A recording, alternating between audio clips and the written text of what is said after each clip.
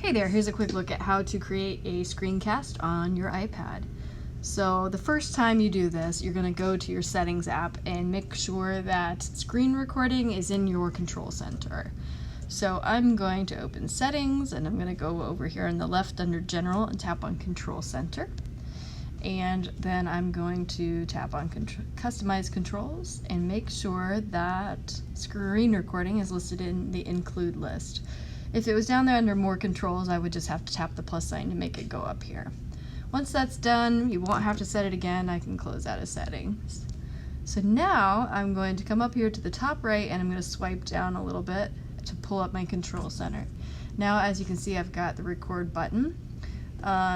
If you want to include voice with your recording, you're going to push down on the iPad button and turn on the sound. It'll give you about 3 seconds and I can tap out of this, and then it's going to show up as a little red button up here once it's live recording.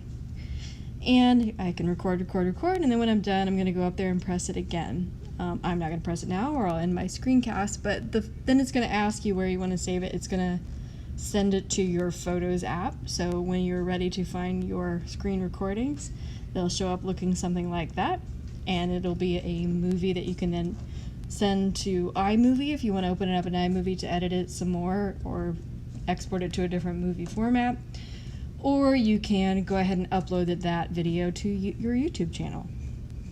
And that's it.